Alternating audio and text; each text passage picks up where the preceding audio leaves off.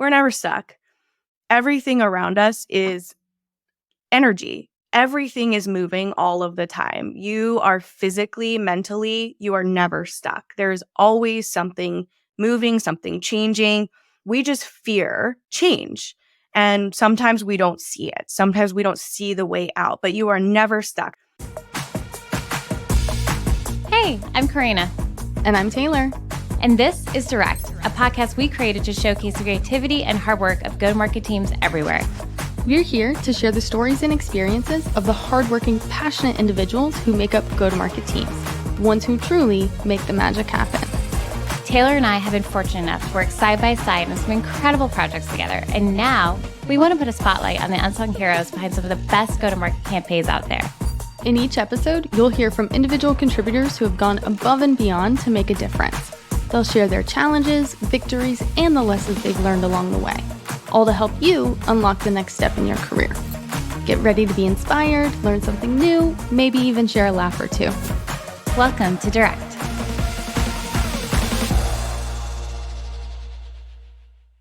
Hello, listeners of Direct. One of the things about this podcast that has been so important to us is to provide a safe space for others to comfortably share their feelings and to be comfortable in being direct. And that can be about their roles, their jobs, their creative passions, their lives outside of work. And Taylor and I had the opportunity to speak with a coach that we thought was really great and to bring on. I think this episode with Hana is really going to be a really helpful one for people, particularly those that are struggling right now to either up-level in their career in this economy or just generally with all of the layoffs, unfortunately, that we've been seeing happening. But Taylor is a very good friend of mine, and I wanted to give Taylor the space to share her feelings about the process in this recording. And Taylor, like many women, myself included, have been in environments where we have not felt safe being direct. In fact, we have been chastised for being direct. And when we're sharing confidence in our beliefs, in our ideas, we're often told to quiet down or that the person that is above us is right, and that's just the way it is. And there's a lot of, I think, preconceived notions that women and anybody that's a minority or in a position that's not at the top that they receive. And Taylor was direct on this podcast in more of a personal way. And those feelings crept in for her of feeling the concern of, are people going to have these preconceived notions? Even though this is exactly how Taylor is entitled to feel, she should feel empowered in who she is. But it's been a lifetime of experience for Taylor and many women and many minorities where there are preconceived notions made about us when we're sharing something positive, right? So Taylor, I want to give you the opportunity to share your feelings about post-recording this podcast. Thank you. And I appreciate it. And this aside comes from us really having this authentic conversation where for a couple of days after that recording, I felt like, oh no, what are people going to think? Which is, a big piece of why we created the podcast and decided to name it Direct is there's a moment in the recording you're going to hear where I laugh a little bit and say, well, I have a very healthy self-esteem. And I do, and I'm proud of that fact. But the environment that we're in, particularly for women, makes you feel shame around being confident. And there's an air of, oh no, everyone is going to hear that and think she is so arrogant. And so I came to Corrina and I said, should I have shared that? Should I not have shared that? What are people going to think about me? How are people going to put these two things together when all they see of me is this podcast and they don't know my heart and who I truly am? And so I appreciate us being able to take this little aside and say, you know what? Screw that. Screw that. The environment that we're in says that women who are happy and bright and loud and confident are somehow supposed to feel shame around that and make themselves smaller. And we don't have to. No. So that's the message. Screw that. We'll put the podcast out exactly as we recorded it. But I did want to put this in the ether because it's exactly how I was feeling, even though I feel like a lot of the time I have this supreme confidence, and I'm glad that I do. And it's a beautiful thing, and it shouldn't be a thing that there is so much shame around. It's something I greatly admire about you. And it's something that like I aspire to be more of. I think you're an inspiration for women, Taylor. I really do. And I mean, I mean that from my heart. And I'm so proud of you. That doesn't even begin to cover it. Hello, everybody, and welcome back to another episode of Direct. I am Corrina Owens, and I'm joined by my fabulous co-host, Taylor Young. Hi, everyone. Welcome back. Welcome. We are so thrilled today because we have a little bit of a different episode. So this episode is an extra special episode, and that is because we are going to be talking to somebody who's actually been in the tech space for quite some time, certainly can relate to you, but she's a leadership and executive coach at Hype House Coaching. I am thrilled and honored to welcome Hana Jacover to the show. Hana, welcome to Direct. Hi, I'm so happy to be here, and congratulations on the podcast. It's been fantastic to listen to. Thank you. We so appreciate that.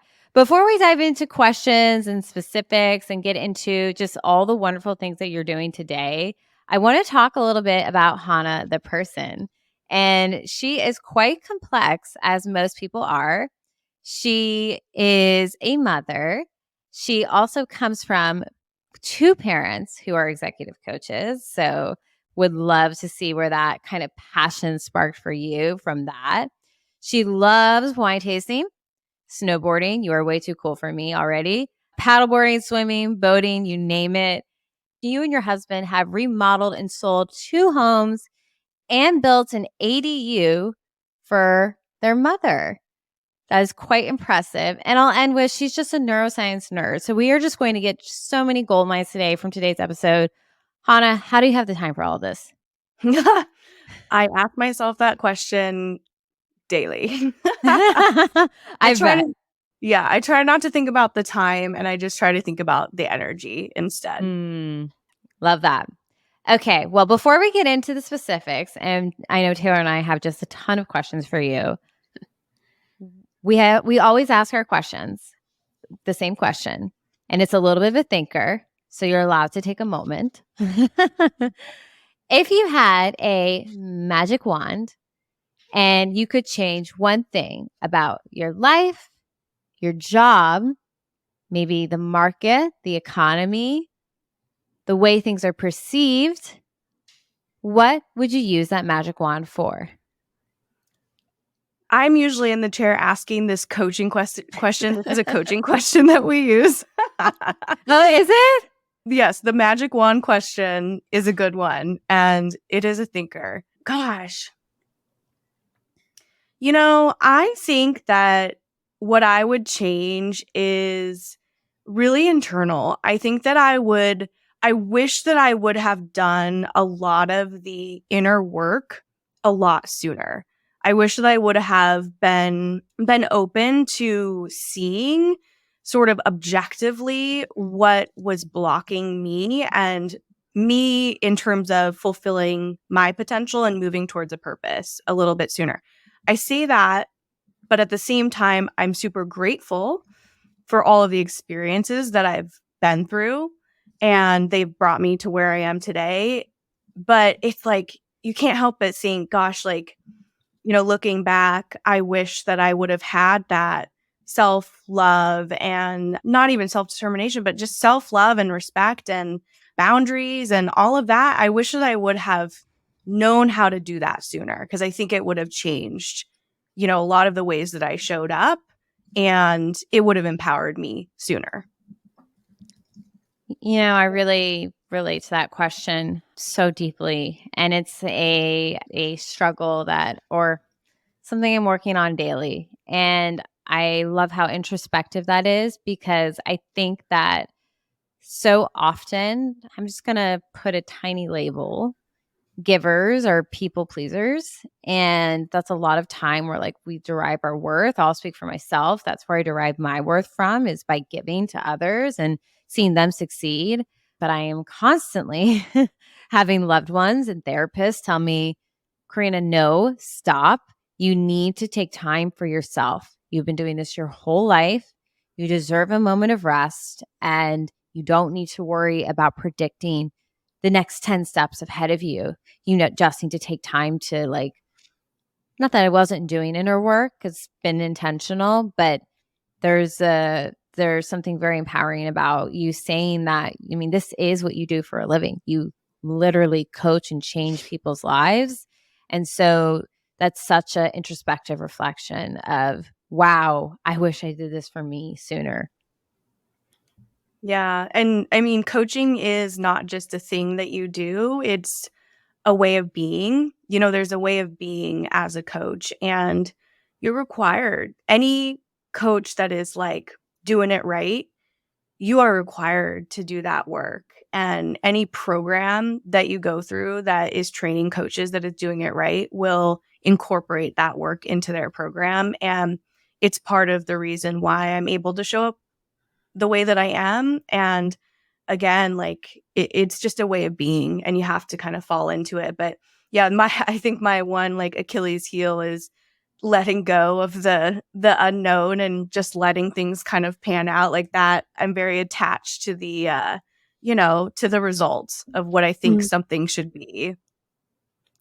Well, before we get too far into things, I do want to make sure that our listeners understand what you mean by coaching and kind of what you're known for as we get into all of this incredible. Corrina and I both have been following you for a while and are super excited to get into all the tips that you have. But for anyone who doesn't, what do you mean by coaching? Is it personal? Is it professional? How do you show up in this way? Yeah, that's a great question, especially because especially these days, there's so many different types of coaching out there, and a lot of different expectations around coaching that is so varying. That's part of the reason why, we have an organization called the ICF that helps us sort of set a standard for coaching. And so, for me, I look at it, if I'm looking at it a little bit more tied to my purpose, I would love to inspire others to help reclaim energy and reclaim time, reclaim their individual self, their wholeness, and help them move into a space where they can see unlimited possibilities for their life, both on the personal and professional side. I tend to coach on the professional side, knowing that I coach the whole person, I can't separate who you are at home and who you are at work. And there's a lot of times where that comes into the conversation.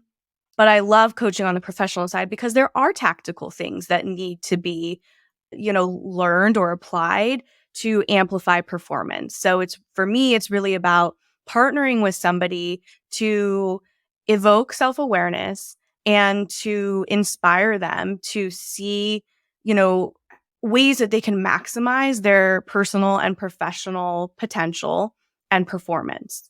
And so it really is that, what's the interference? What is the block that they keep bumping up into? So that scope is so big, and it's intentionally supposed to be that wide, because there are so many things that could fall under that. When we think about executive coaching, it's really about executive presence and communication. And there's a lot of tactical things that need to be done there, which I love talking about. But it's also about that inner knowing and what I like to call the inner hype of the confidence, moving past that quote unquote imposter syndrome and moving into a space where you got this. And there's this concept of the way that we learn, and there's single loop learning, which is really changing behaviors. And so that would be some of the tactical things. But then as you move to like double or triple loop learning, we're thinking about foundations. So your assumptions, your beliefs, your values, what about those are holding you back? I have found that most of the time, it's usually not the things in the first bucket. It's usually the things in the second bucket that actually create transformational change. That was a wonderful explanation of the differences and what you're available for. You brought up a great popular word that you're hoping to kind of reframe, right? And there was a lovely article that you referenced and posted about the other day about imposter syndrome.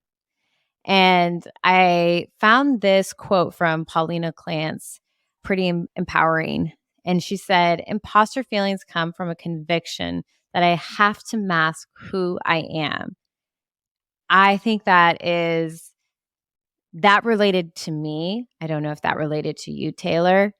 I don't know if that related to you, Hana, but that was like, boom, that's what it is that I'm trying to mold into what the society wants me to be, rather than just being my whole unique self that deep down I know has a lot more to offer than this mask that I'm wearing.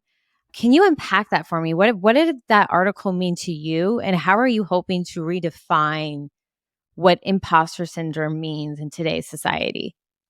Yes, this is like a hot button for me. As you know, I've been known to drop some F-bombs around imposter syndrome and that term. And the reason why is because the two psychologists that coined the term, they actually did not coin the term imposter syndrome. Pauline Clance and Imes, I forget her first name, something Imes. They termed the coin imposter phenomenon. So it's not about pathology, right? It's something that's happening. But so the way that it got twisted into imposter syndrome was just through, our society and the things that are happening. So I completely agree with you. And if we're even to take it a step further and do some systems thinking around that, like, what's the reason why you had to wear that mask, right? It's the environment, it's the socialization, it's the systems that we operate in that told you you're not good enough as you are. And so it's not your fault. There's nothing wrong with you.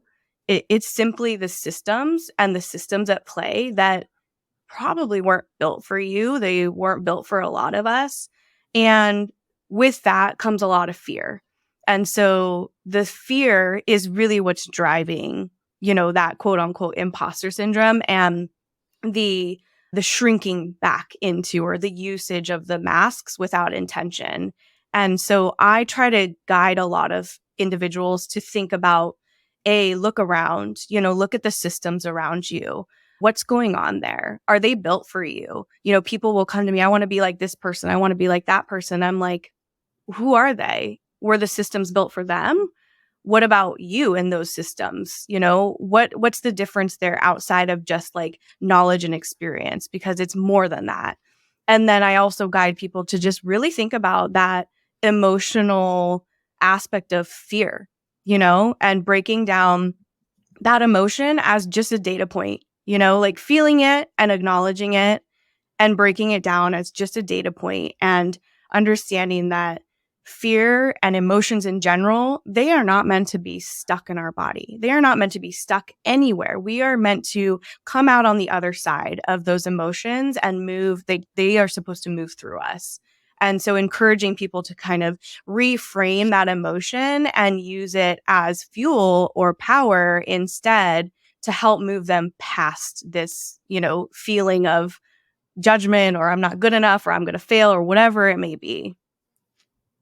That is such an incredible and impactful statement to be sharing, because I think Corrina and I talk about we ask about imposter syndrome a lot on the show, and primarily in overcoming imposter syndrome. But I love what you said, that it's so much more about the environment than it is about the individual, because that's exactly what I was feeling as well. Corrina and I have had this conversation. I have a very healthy self-esteem. I have one way I to put envy it. it. I have a very healthy self-esteem. I have very high confidence. And yet I still felt like putting this label on myself of having imposter syndrome sometimes. And it felt like those two things were conflicting. How on earth could you have this level of confidence in yourself and your ability and also deal with imposter syndrome? But I realized after hearing a lot of what you were saying and unpacking some of these articles, like you were talking about, is that environment put that fear in me that what I had to provide was not valuable. And I think that's really strong in tech and other businesses, old school businesses. I started out in manufacturing. When I came into those conversations, a lot of it just, and this wasn't my assumption, this wasn't something that I put on myself. This was something I was told.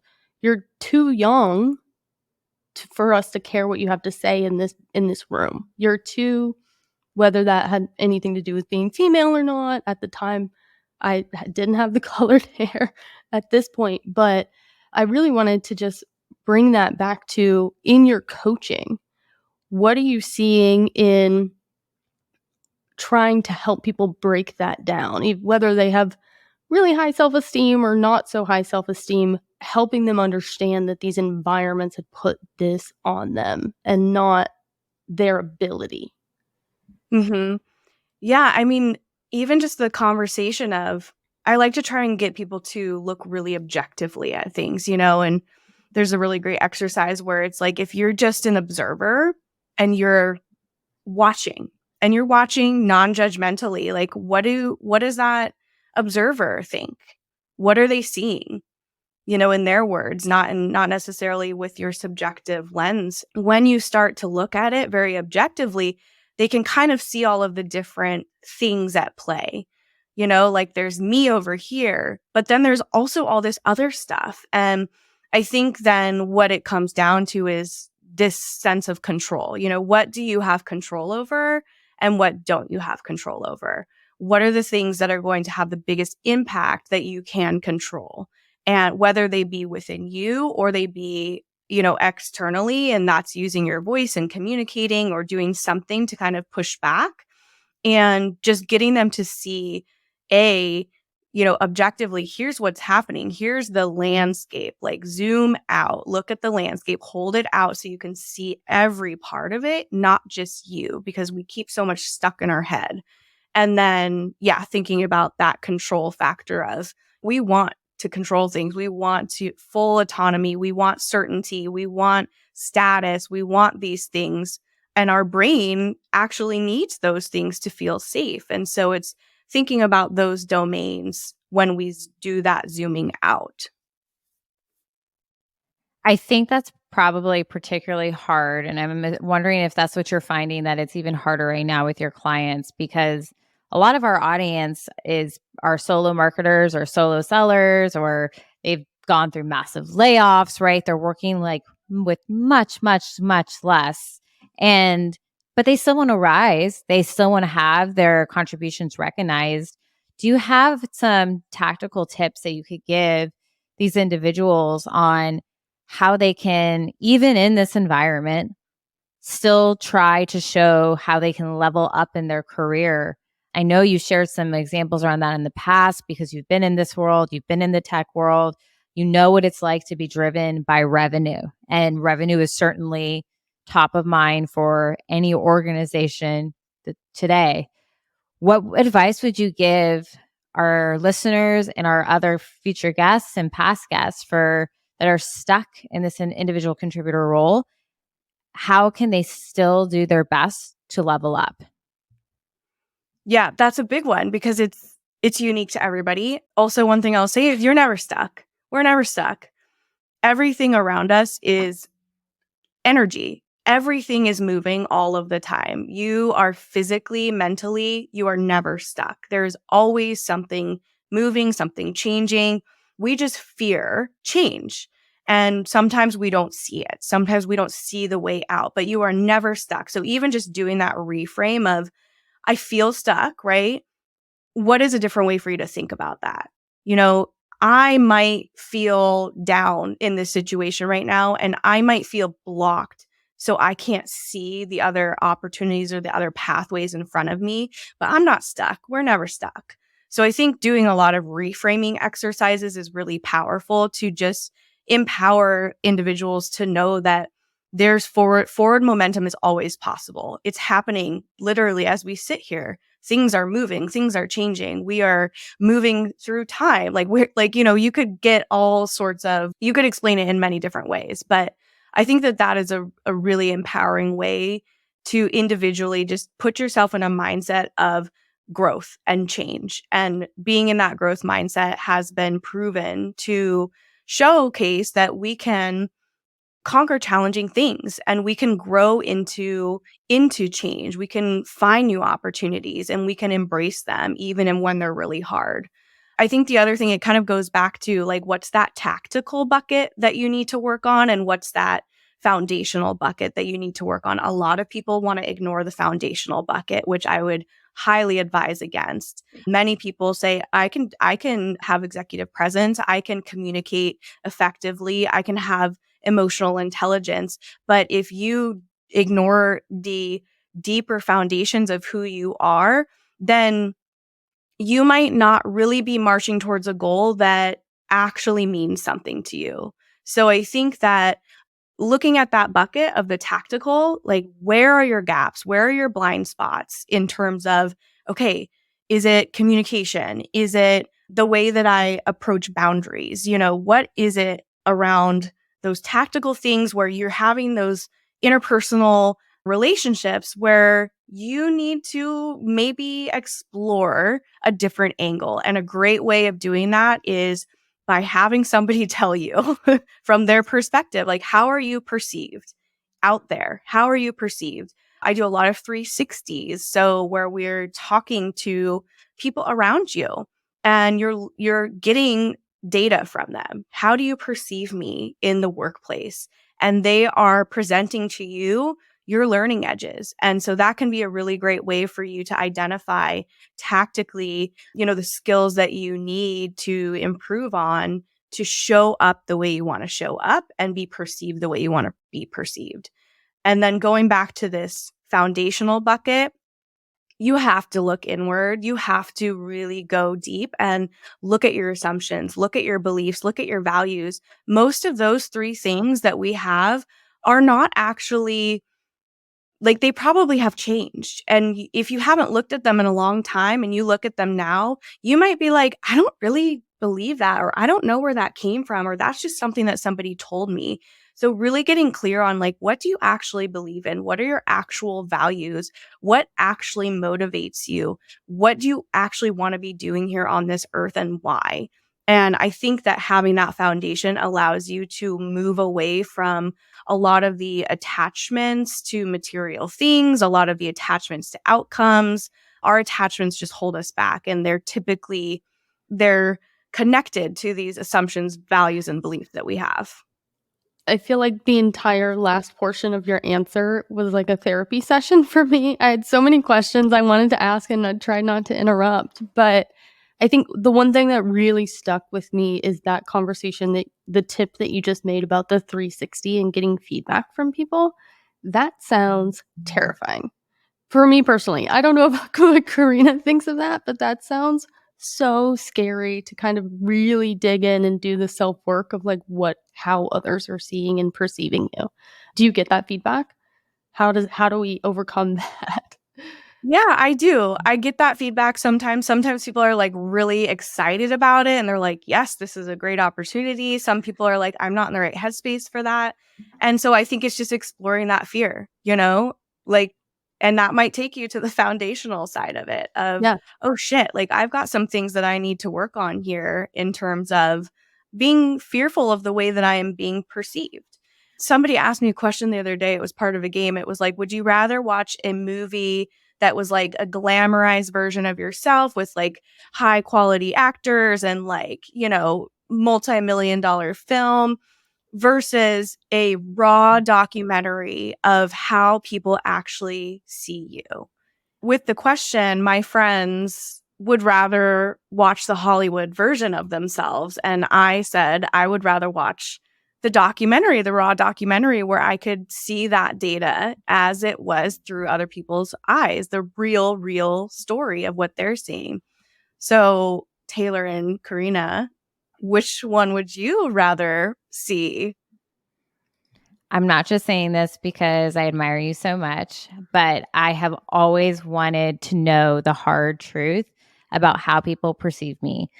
One, because I'm a people pleaser, and that's how I obtained love, security, etc. growing up. But two, it's because I saw on the opposite spectrum, like the people that were doing harm to me were not, they would be those people that want to see them in the Hollywood version. And I saw the destruction that it was having to those around them because it meant they weren't actually having a comprehensive look of who they are and maybe how they could change their behavior to impact other people. And so, would I be disgusted probably half the time? Yes.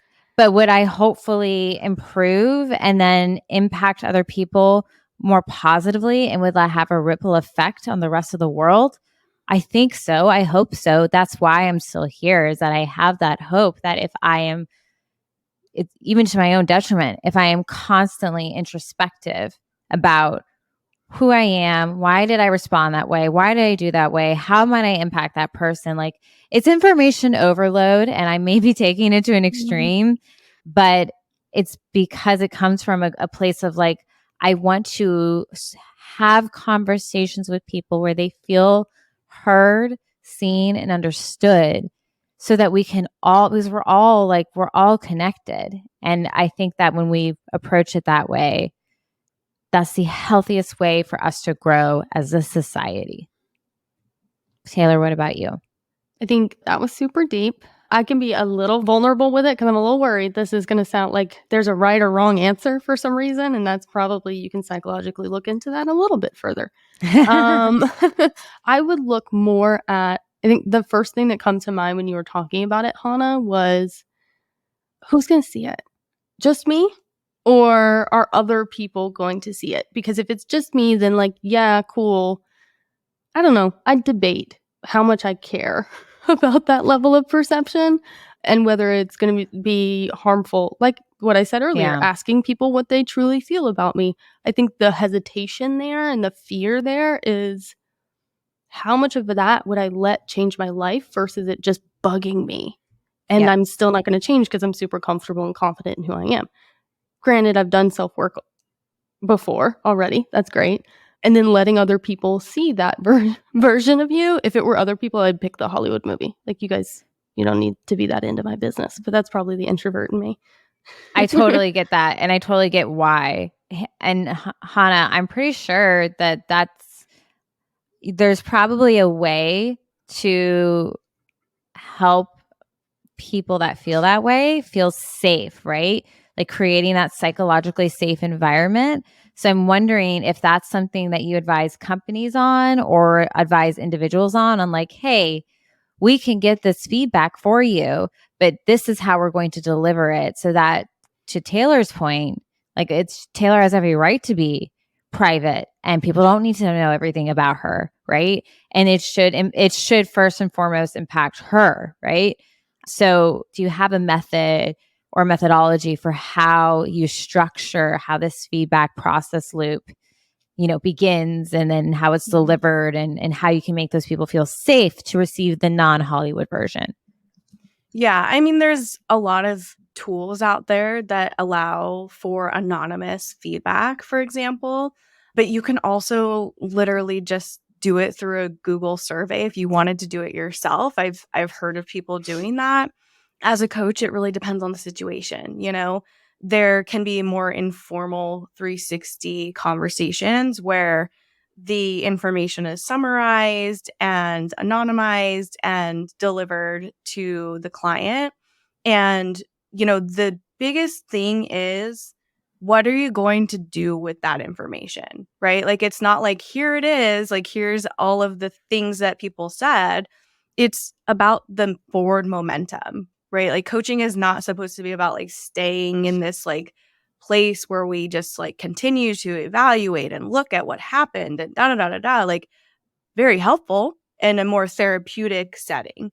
And coaching might touch on some of those things, but it's really about that forward momentum. So structuring the feedback and the way that you're delivering the feedback as a coach, like the language, everything about the presence of delivering that feedback has to be very intentional.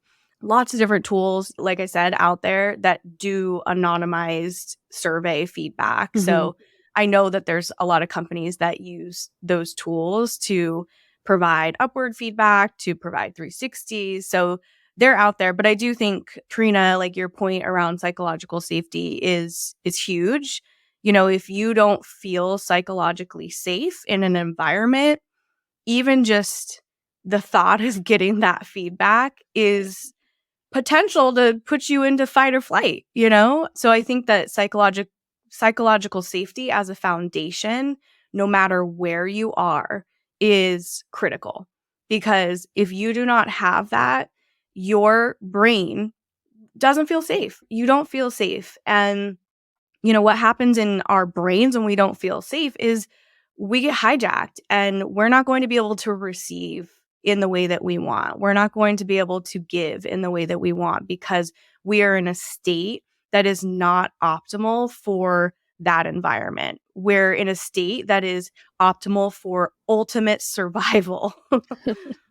Yeah. Well, speaking on survival, some of the themes that you've touched on here, really a lot of psychological safety, fear, and change. And I can't help but think about, you've been coaching for quite a while, and the state of things, especially in tech, have changed so much from this like great resignation where the individual has had more power, so much power over whether they wanted to stay or go at a company, where they wanted to be next. They had a lot more autonomy in that. And I think now that's very different from where we're at today and what people are struggling with, whether they've been laid off or whether their coworkers had been laid off. And so now they're struggling with culture at these companies, self-doubt if they'd been affected by layoffs. The people who are still at these companies, lots of concern and fear around whether they should stay or go. How is your coaching and the themes that people and organizations are asking you to coach on? How's that changed in those two very different scenarios lately? Yeah, it's a lot of burnout. Like most people that I'm talking to are battling burnout, or they're approaching burnout, or they're recovering from burnout.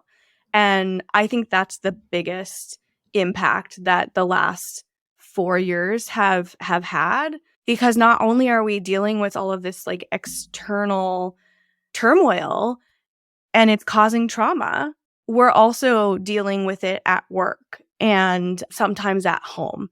And so I think it's just been really exacerbated over the last 4 years.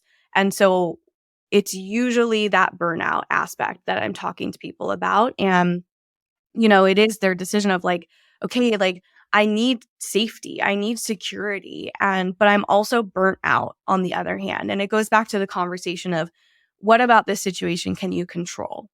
You can control the burnout, right? You can't always control the cause of the burnout, but you can control once that happens. You can move yourself out of burnout. And that is the most important thing that you can do if you're approaching burnout or if you are burnt out, is to move yourself out of burnout. There are certain things that you can do to do that we actually don't really talk about in the business world. It's not what you think. And then, yeah, thinking about the external, like what can I control? So, yeah, I think one thing we're also seeing is teams are getting smaller and people are having to lead while also do so many other things. And so there's this overwhelm of how can I find balance? How can I find balance at work between I want to be a good leader, I want to be a good manager, but I also have all this shit to do and I got to get this stuff done. And so helping them come up with different prioritization methods, or even just ways of thinking about all of the things on their plate, what's important and how to approach it, can be really helpful. And that's something that has also come up a lot. And then also is we have a lot of people moving into leadership that don't have leadership training, or they're learning that they're in leadership seats for the first time and they don't want to lead the way that they've seen leaders lead. They want to lead in a different way, but they want their company to back that. They want their company to support that. So I think it's great when I work with organizations where the whole org is like supportive of that style of leadership, of people finding their own way of leading. They have a great culture. Like that is obviously like the best situation. And it can obviously be really challenging when it's just the individual that's raising their hand and they're like, hey, like I think I noticed this. I noticed that this is what I'm doing and that's not where I want to be, but they're not necessarily backed by the organization. So I also encourage people to do a lot of like that individual versus collective thinking. What is the thinking at the individual level? And if you expand that out to the collective, what is that going to look like? Even your manager, if your manager individually says, I used this example before where it's like fail fast. We have this fail fast mentality and you're like, okay, I'm down with that. But if you zoom out and the collective culture and the executive leadership all the way up to the board, everyone who touches that organization collectively does not believe in that mentality, there's going to be implications to that. Yeah. So I think it's like also thinking about that collective versus individual thinking.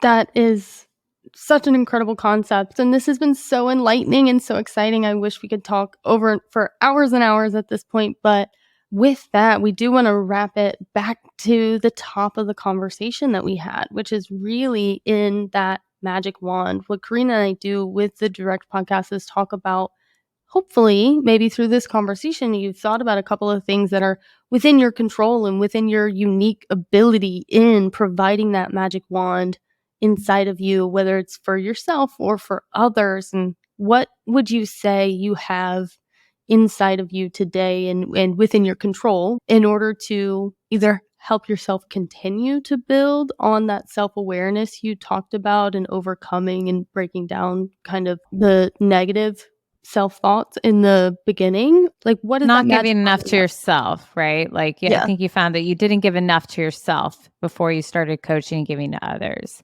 Is there anything now that you think that, even though we're past that, right? Like you're a rock star, you're coaching, you're out there, you've made it, right? You'll continue to shine.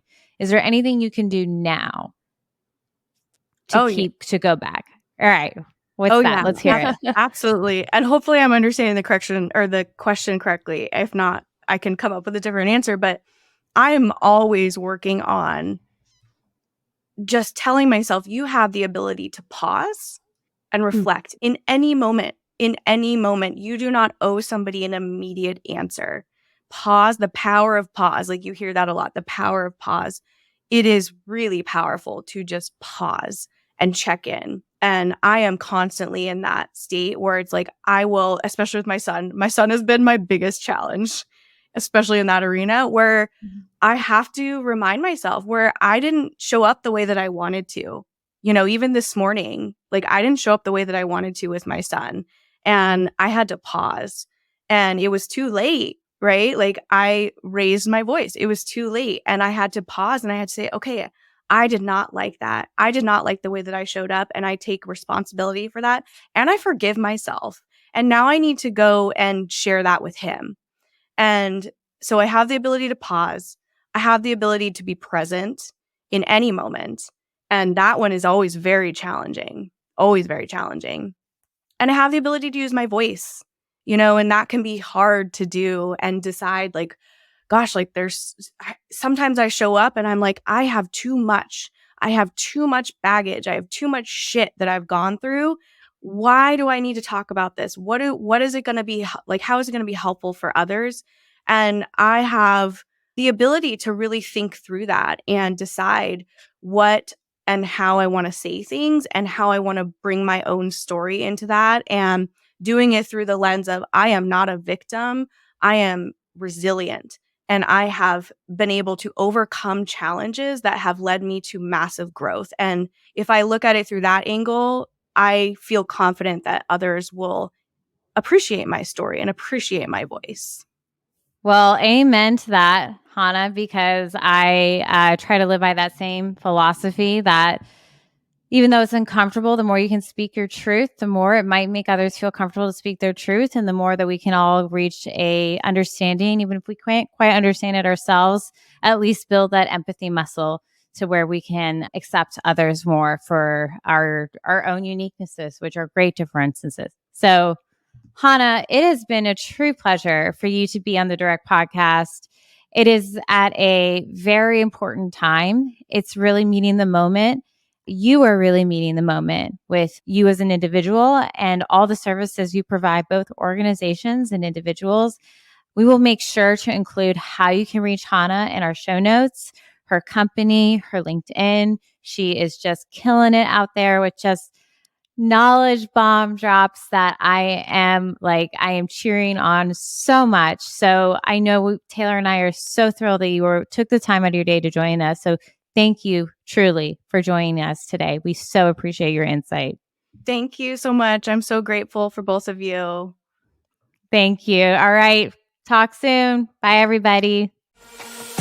Thanks for listening to this episode of Direct with Corrina and Taylor. If you enjoyed what you heard in today's episode, please give us a follow, maybe even a 5-star review, wherever you listen to your podcast. And if you know someone that you'd like to spotlight, if you want to share your own story, visit us at motionagency.io/direct. We'd love to hear from you.